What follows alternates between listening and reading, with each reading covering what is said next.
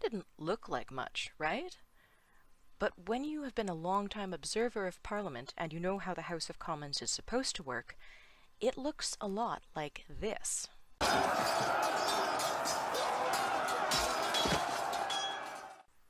To my eye, there is so much wrong with that clip. Oh my god. So much wrong. Like, ass-to-mouth donkey show levels of wrongness. However, I wasn't going to make a video on it because I kind of figured it would be chalked up to a radar blip and we would all move on. Not the case. I investigated the mainstream media, and the aspects of this that are being reported on are completely missing the fucking point. This is not a domestic violence issue. This is not a partisan issue. It is a competence issue and a respect for the institution of democracy of Canada issue, i.e. our House of Commons. So I think a few people need a bit of a history lesson, most notably our toddler-in-chief, Prime Minister Justin Trudeau. So for my lovely non-Canadian listeners, or even Canadians who just haven't been arsed to learn about politics, I'll give a bit of a précis as to what's happening in that clip.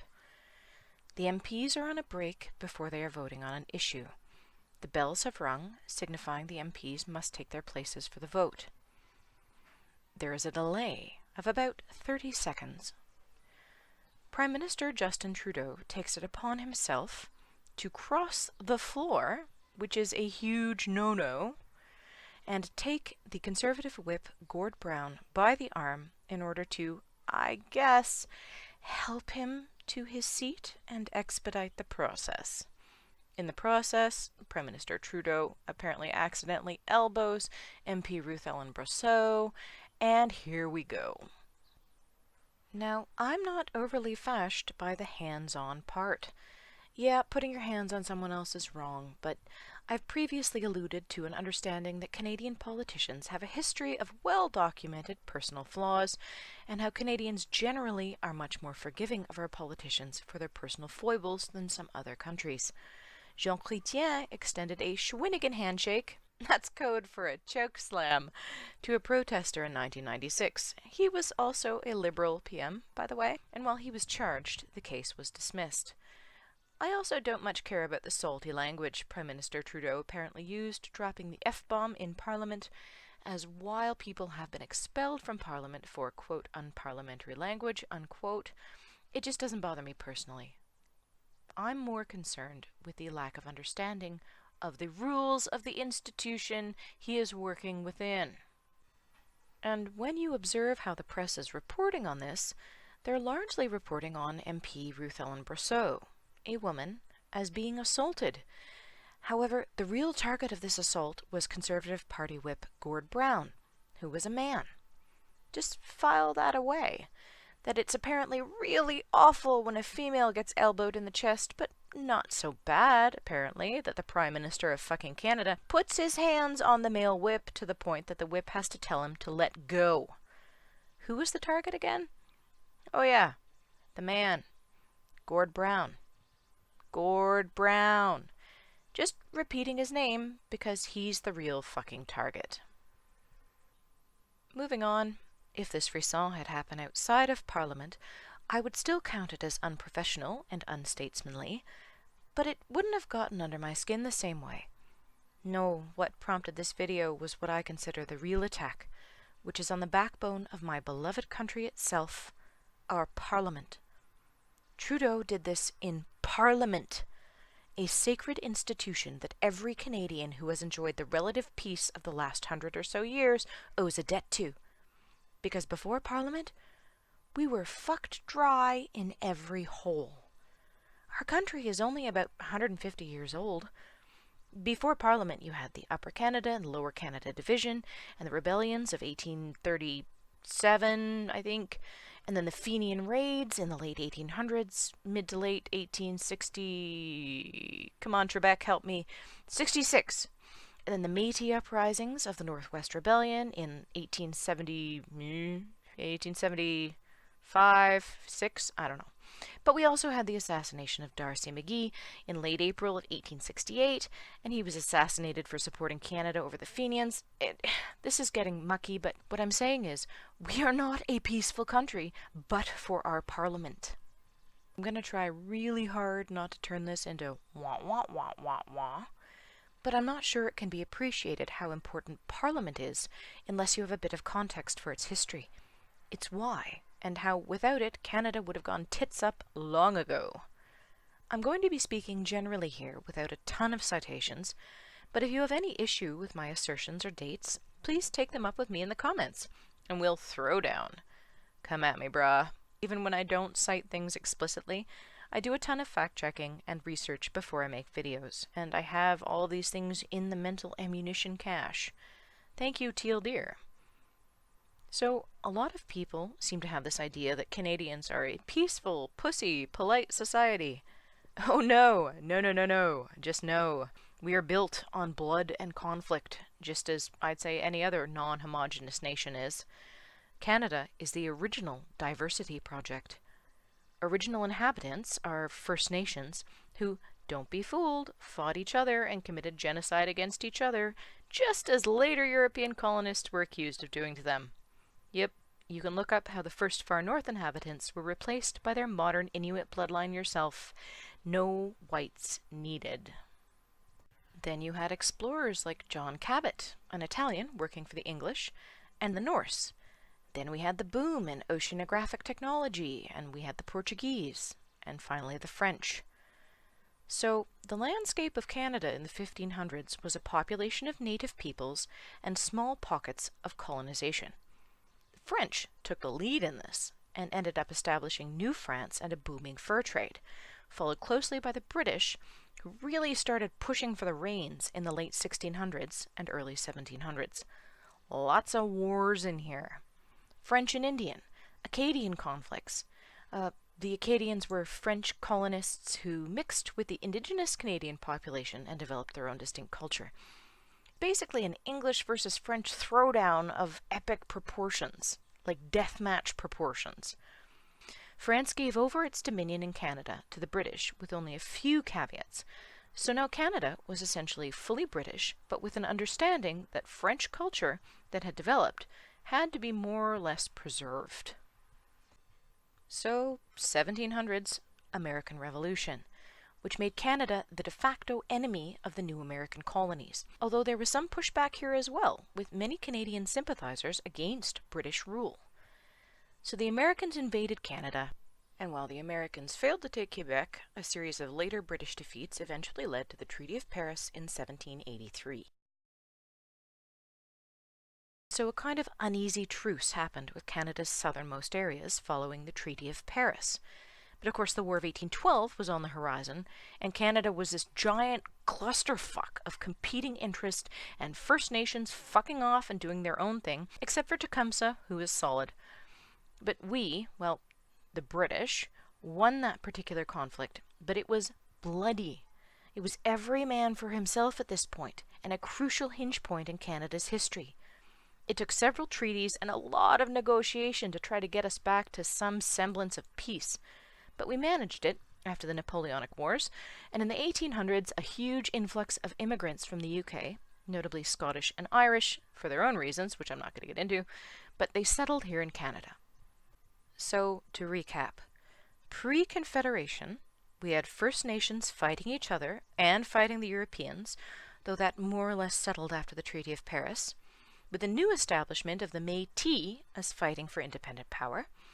We had the Irish, Scottish, and English with their own historical differences. We had the French, we had Americans, we had the Acadians. So we were a country full of different and opposing cultures with historical bones to pick and competing resource needs. It was a powder keg ready to explode into more wars. So the Fathers of Confederation came up with some rules for us all becoming one dominion with a common Canadian identity. Under the Crown, yes, but distinct and recognizing British, American, First Nations, and French interests. It wasn't perfect, and had to be refined many times, sometimes in the wake of yet more bloodshed, But in the late to mid-1800s, the first Canadian Parliament, which took all of its traditions from British Parliament and had fought for 600 years since the Magna Carta to become independent of the Crown and authoritarian and bully rule, came into session as a peaceful and regulated means for all of these different interests to have their say. Democracy, yo! You watch the House of Commons today, and it can seem super dry and boring. But think back. Parliament was founded in a time when almost everyone was armed, and they were meeting in a room with people they literally wanted to slaughter where they stood. That's why rules were established about not crossing the floor, not touching the mace. Parliament still has a sergeant-at-arms with access to loaded firearms for this very reason. It's not just to protect Parliament from outside threats. It's also to keep the peace within the walls, non-partisan, if people got rowdy. And Parliament is one of the only establishments in Canada that can explicitly keep out the Crown, that is, the Queen or King. They can keep them out of the parlaying for the people. That's where the whole Black Rod and Upper Chambers practices came in. The Parliament is really the people's forum, the free democratic people's forum. And this is why what Justin Trudeau did counts so heavily against him as a statesman, a politician, and a leader. It is a black mark he will never be able to fully shed. It wasn't the manhandling. It was the total ignorance of why respecting parliamentary conduct is necessary for the democratic process of Canada. He crossed the floor. He physically seized his opposition. This is gross misconduct for what is the most sacred institution in Canadian democracy. And this is Canada's fucking Prime Minister. And maybe this behavior is a reflection of Obama's pen and phone phenomenon. You know, fuck the police and do what you want. It's like South Park. It's my hot body. I do what I want. Maybe this is a reflection of Michelle Obama's touching the Queen, which didn't do any harm but still caused a collective gasp from those who understand the sanctity of the royal person. You just don't do that. But I don't much fucking care. Decorum crosses partisan lines. Understanding of the rules crosses partisan lines. And I would be as disgusted by this behavior if Trudeau was Conservative or NDP, because it takes a big, steaming Cleveland dump on the very system designed to represent all interests in democratic process. I can't rag on the US, though. Even the UK, the cradle of Canada's parliamentary system, is decaying. Just look at the recent incidents of Michael Gove turning his back on the Queen. A huge no-no that I literally gasped at when I saw the video, because this is not done. Decorum and protocol in general are falling by the wayside.